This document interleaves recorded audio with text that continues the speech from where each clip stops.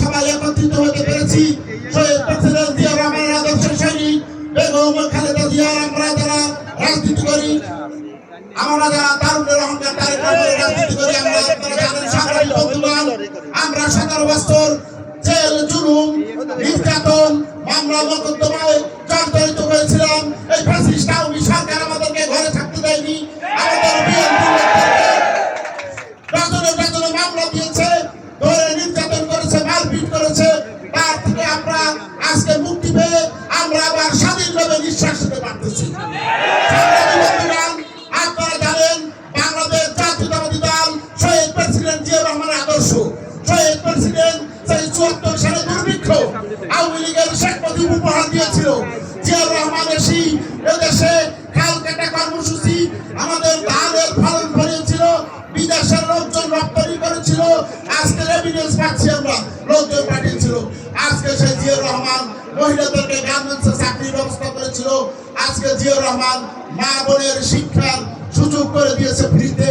আমাদের খালেদা জিয়া মুক্তিযুদ্ধ মন্ত্রণালয় করেছে, বরিশাল বিভাগ ঘোষণা করেছে, বরিশালে কত উন্নয়ন সব খালেদা জিয়ার হাতে হয়েছে।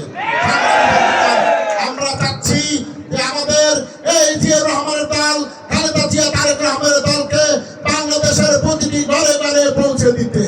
তারেক রহমান বলেছে আমার বাংলাদেশের প্রতিটি ঘরে শহীদ প্রেসিডেন্ট জিয়া রহমানের আদর্শ পৌঁছে দেওয়া। এই জন্য আজকে আমরা এই ফরম নবায়ন এবং নতুন সদস্য ফরম আমরা আজকে পূরণ করব। আমাদের নেতা অ্যাডভোকেট আবুল কালাম শাহীন উনি এসেছেন, ওনার মাধ্যমে রায়পাশা কারাপুর ইউনিয়নের সদস্যদের কাছে কমিটির কাছে ফরম দিবে। আপনাদের কমিটির কাছে আমরা বলতে চাই বিগত দিন এবং যত লোক বিএনপি করেছে, বিএনপির সাথে ছিল, প্রত্যেকের ঘরে ঘরে গিয়ে আপনারা ফরম পূরণ করবেন। এবং আজকে আমাদের যে নূতন প্রজন্ম যারা শহীদ প্রেসিডেন্ট জিয়া রহমানের আদর্শ খালেদা জিয়ার আদর্শ দেখে নাই, এই ফ্যাসিস্ট আমলে যারা জন্মগ্রহণ করেছে, সেই 17-18 বছরের যুবকরা, 17-18 বছর মেয়েরা, তাদের কাছে পৌঁছে দিতে হবে জিয়া রহমানের আদর্শ। অতএব বন্ধুগণ, আমি এই ইউনিয়নের 13.5 বছর চেয়ারম্যান করেছি, যে সার্ভিস আমি ইউনিয়নে দিয়েছিলাম আপনারা জানেন, নূতন প্রজন্মের অনেকে জানেন না। অতএব আমরা এই জিয়ার আদর্শের যেসব সৈনিক, তারা আমরা জনগণের রাজনীতি করি, জনগণের পাশে দাঁড়াই।